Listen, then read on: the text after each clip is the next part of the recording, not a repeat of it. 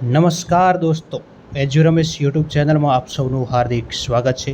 મિત્રો, ધોરણ 12 પાસ ઉપર સરકારી નોકરી એટલે કે 25,000 પગારદારની નોકરી, અને એ પણ 4,000 ઉપરાંત જગ્યાઓ, એટલે કે વાત કરવા જઈ રહ્યા છો જીએસઆરટીસીના ડ્રાઈવરની, કે જેની ભરતી આવી છે, જેમાં 25,000 ઉપરાંત પગાર રહેશે 5 વર્ષ માટે ફિક્સ. ત્યારબાદ કાયમી કરવામાં આવશે અને એનો પગાર વધી પણ શકે છે, જેની ઘણી બધી જગ્યાઓ આવી છે.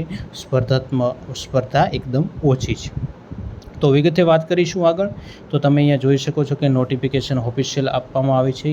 ojas.gujarat.gov.in વેબસાઇટ છે, જ્યાં તમારે ઓનલાઈન ફોર્મ પર ભરવાનું રહેશે.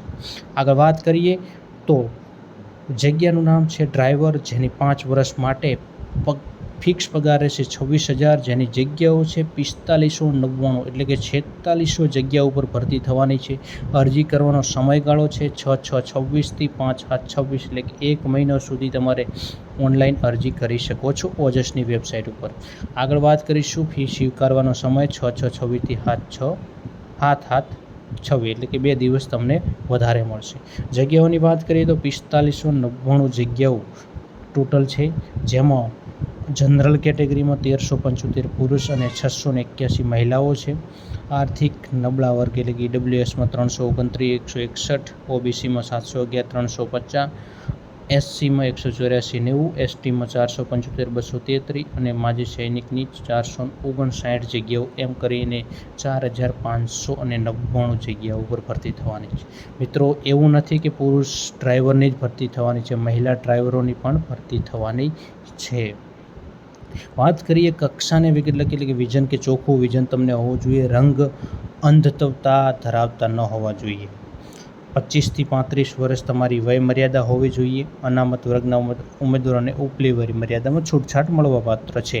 ધોરણ 12 પાસ લાયકાત છે. લઘુત્તમ ઊંચાઈ તમારી 162 સેન્ટીમીટર હોવી જોઈએ અને એસટીના કિસ્સામાં 160 સેન્ટીમીટર હોવી જોઈએ. મહિલાઓ 158 સેન્ટીમીટર સુધી ઊંચાઈ ધરાવતા હોવા જોઈએ.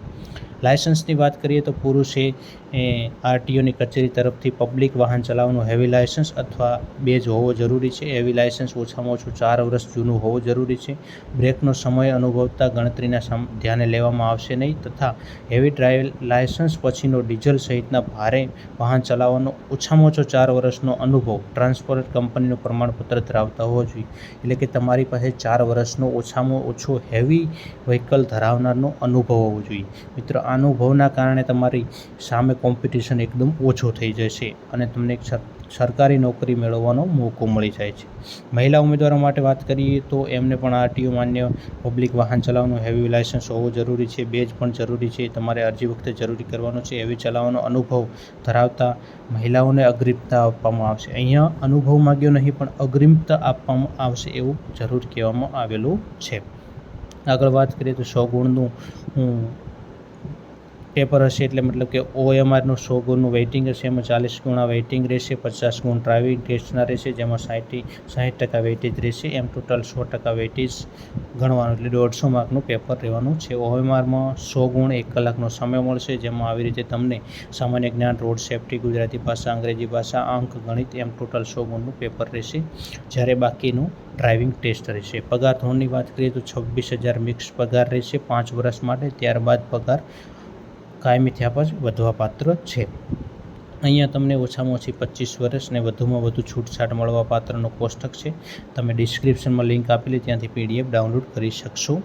આગળ વાત કરીએ તો અનુભવ પણ અહીંયા આપવામાં આવ્યો છે. એના પણ ઘણા બધા એમણે રૂલ્સ આપેલા છે, એ તમારે જરૂર વાંચવા જોઈશે. તો ડિસ્ક્રિપ્શનમાં લિંક આપેલી છે, પીડીએફની લિંક આપેલી છે, ત્યાંથી પીડીએફ ડાઉનલોડ કરીને વાંચી લેજો. કેમ કે જો તમે સારી રીતે વાંચશો તો તમને એમાં માહિતી મળશે.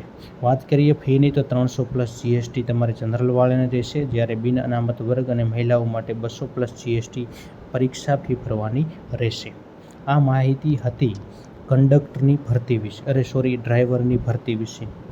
જો તમે વધુ જાણવા માગતા હો તો ડિસ્ક્રિપ્શનમાં લિંક છે, પીડીએફ ડાઉનલોડ કરી આરામથી વાંચી અને જાણી શકશો. આવા જ વિડીયો મારી ચેનલ ઉપર અપલોડ થતા રહે છે, તો ચેનલને સબસ્ક્રાઈબ કરી, વિડીયોને લાઇક કરી તમામ મિત્રો સુધી શેર કરી દેજો.